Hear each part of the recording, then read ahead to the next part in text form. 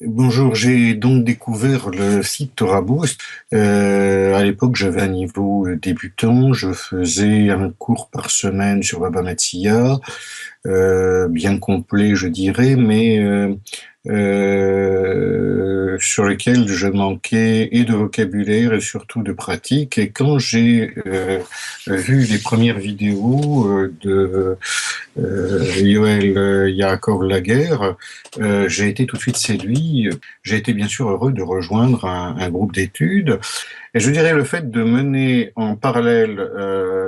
les cours avec Torah Boost, ça me permet d'ailleurs, ça me permet d'avancer, je pense, plus vite, à la fois dans la compréhension, à la fois aussi dans la déduction, la façon de prendre de la hauteur sur le texte aussi, ce que je faisais pas, ce qui est toujours difficile, et savoir bien effectivement par exemple, un exercice que nous avait fait Yoel, c'était le fait, après avoir fait une Guémara, de dire bon ben c'est quoi les mots clés là-dessus pour comprendre que finalement, si on devait comprendre le texte, c'est quoi les mots qu'on retient. À partir de là, on voit bien l'architecture,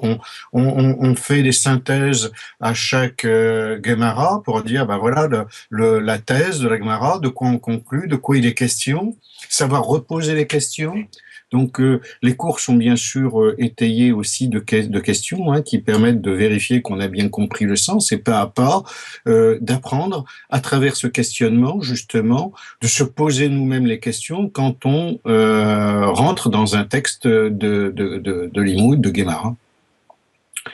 Voilà, alors effectivement, l'intérêt aussi, c'est l'interaction que nous avons, et là, c'est aussi très intéressant quand on prend des cours collectifs avec Torah Boost, c'est-à-dire que progressivement, on voit que tout le monde progresse vite et qu'il y a effectivement une émulation de questionnement, voilà, et que finalement, ça nous permet de travailler, je dirais, presque aussi comme si on était là-bas, mais en plus avec ces méthodes structurantes qui font que on retient, moi je pense que je retiens plus vite, notamment quand on a des explications aussi sur les racines des mots, voilà, le sens des mots, pourquoi ils sont utilisés et comment ils sont utilisés de manière générale, comment un mot a une rigueur d'utilisation mathématique un peu, logique, et comment ce mot veut dire quelque chose et ouvre un type de raisonnement particulier, ce qui n'était pas évident, enfin en tout cas ce que je n'avais pas jusqu'à présent. Donc c'est bien ce qui me permet aujourd'hui d'aller plus vite, parce que quand je vois des mots-clés, des mots pivots, bien évidemment, aujourd'hui, je réagis différemment, j'ai un peu des mécanismes qui commencent à arriver, restons modestes, qui commencent à arriver. Alors, l'étude de Rachi à côté, que nous avons aussi commencé en parallèle, est aussi très éclairante, parce que aujourd'hui, dans les cours que je suis, on a tendance à aller très vite, et pour moi, je passe à côté de pas mal de choses en compréhension. Le fait de prendre le temps,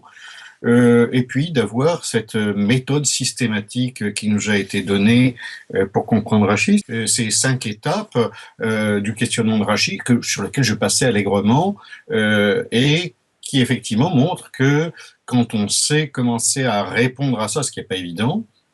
même si Rachid, euh, même si Rachid est réputé pour être évident, on peut passer 1 heure sur une explication de Rachid, et on voit toute la puissance et de la concision, et la puissance de ce que ça entraîne sur la compréhension du texte.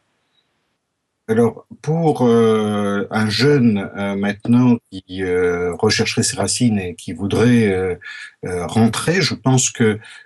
c'est l'outil que j'aurais aimé avoir il y a une dizaine d'années, quand je ne connaissais rien et que j'avais envie d'apprendre. Pourquoi? Parce que justement, euh, ça, ça rend facile. C'est-à-dire quand on voit les éléments mot à mot, on a tendance à retenir avec les méthodes progressives beaucoup plus facilement, et de rentrer sans peur. La première fois que j'ai vu une page de Gemara, j'ai pris peur. Je me dis jamais je n'y arriverai.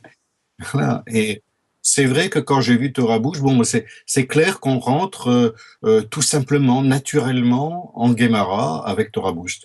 Ce qui est intéressant, c'est qu'on a aussi, on prend le temps de réfléchir à la portée parce que c'est bien d'étudier, mais qu'est-ce que ça nous apporte dans la vie, et qu'est-ce que la puissance de la Torah dans la vie d'aujourd'hui, dans notre éthique, dans notre façon de marcher. Donc je pense qu'un jeune, dès qu'il a commencé à goûter, avec cette accélération, ne peut qu'accélérer son mouvement de teshuva.